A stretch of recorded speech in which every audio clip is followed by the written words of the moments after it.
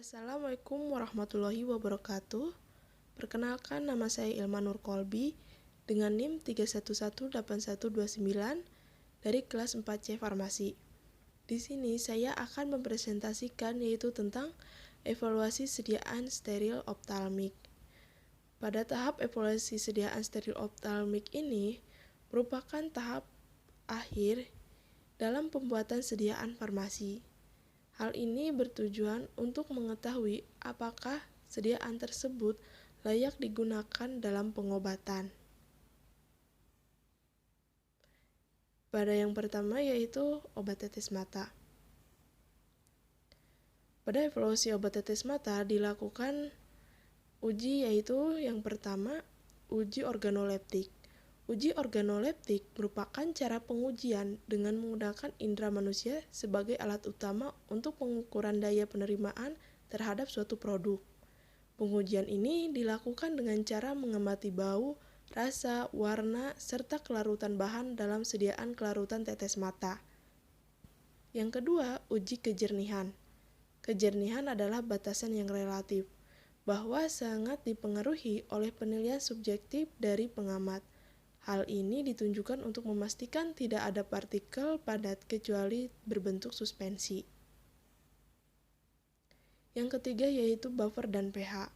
Buffer dan pH dalam sediaan tetes mata sangat penting untuk memperbaiki daya tahan sediaan, mengoptimasi kerja zat aktif, dan juga untuk mencapai kelarutan yang memuaskan.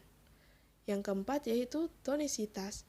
Tekanan osmotik yang diberikan oleh garam-garam dalam larutan berair sediaan tetes mata sebaiknya dibuat mendekati isotonis agar dapat diterima tanpa rasa nyeri dan tidak dapat menyebabkan keluarnya air mata yang dapat mencuci keluar bahan obatnya.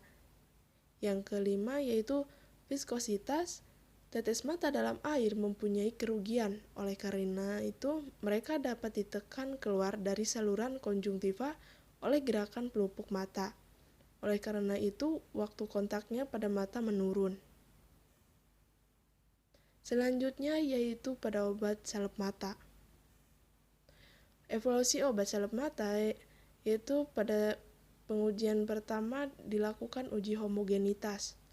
Pengujian homogenitas dilakukan dengan pengolesan zat yang akan diuji pada sekeping kaca atau bahan transparan lain yang cocok harus menunjukkan susunan yang homogen.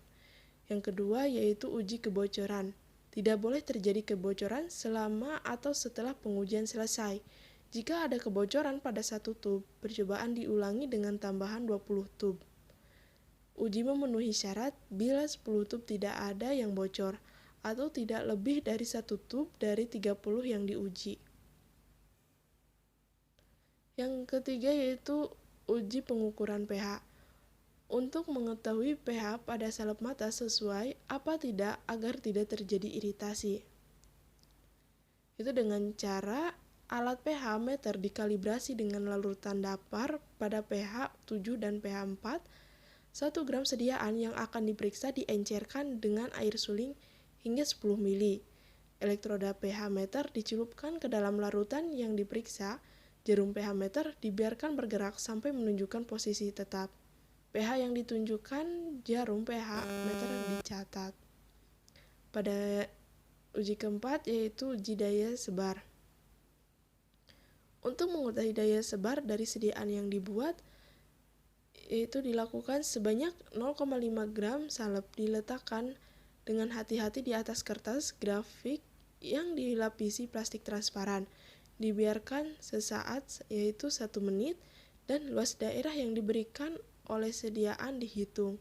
Kemudian tutup lagi dengan plastik yang diberi beban tertentu masing-masing 500 gram, 100 gram, dan 150 gram dan dibiarkan selama 60 detik. Pertambahan luas yang diberikan oleh sediaan dapat dihitung. Yang kelima yaitu uji daya lekat.